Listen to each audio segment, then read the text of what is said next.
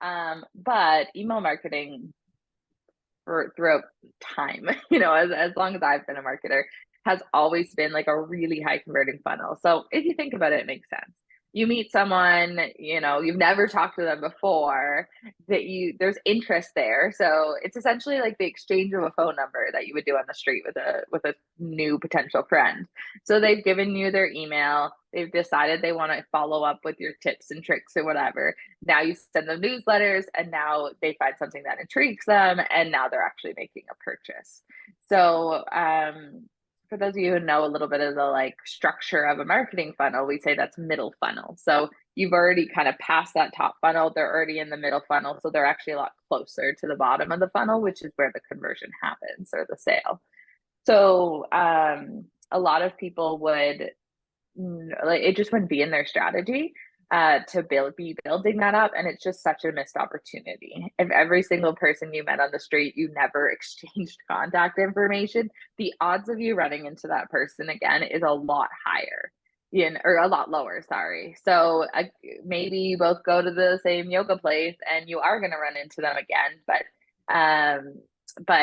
you're only going to get that 5-10 minutes in the interim to try and sell your business. Like that's not something that really makes sense. Whereas if you guys can actually chat and have your own conversations, and maybe even go to coffee, so book a discovery call, now suddenly we're actually a lot closer to seeing that. The one thing that our team has really doubled down on a lot more is creating high value content offers. So again, because almost everybody says like, oh, join our newsletter for tips, tricks, and updates, it doesn't have as much of a pull anymore. And people are certainly annoyed of their email boxes just being full of spam. So when you do offer something to them first, they're more likely to join. So we have ones where it's looking at your target audience. Like, do you want a full breakdown and a guidebook on how to find your target audience? That's something that adds value to you. You're more likely to put the your email in. So, same idea. If you're at the yoga studio, you see someone and they say, oh, I actually have a deal on some yoga mats because my friend's selling one. Now you're like, oh, yes, please give me your number. I really want that.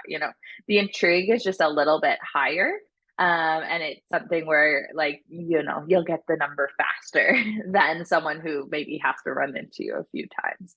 So there's definitely benefit there. And we say to change your high value content offers almost like quarterly. Some people will have a flagship high value content offer, maybe a survey or something like that. That's kind of their heavy hitter, and that's awesome. As long as it's converting, I'm never going to tell you to change it. But if it starts to die out, or you've maybe just put it in every Facebook group, shared it with everybody, it's like, okay, you've probably got at least the bulk of the people from that high value content offer. Let's see what else we can do. So those, I think, should be in strategies a lot more, especially in 2024. And there's a lot of value that you can get from them. So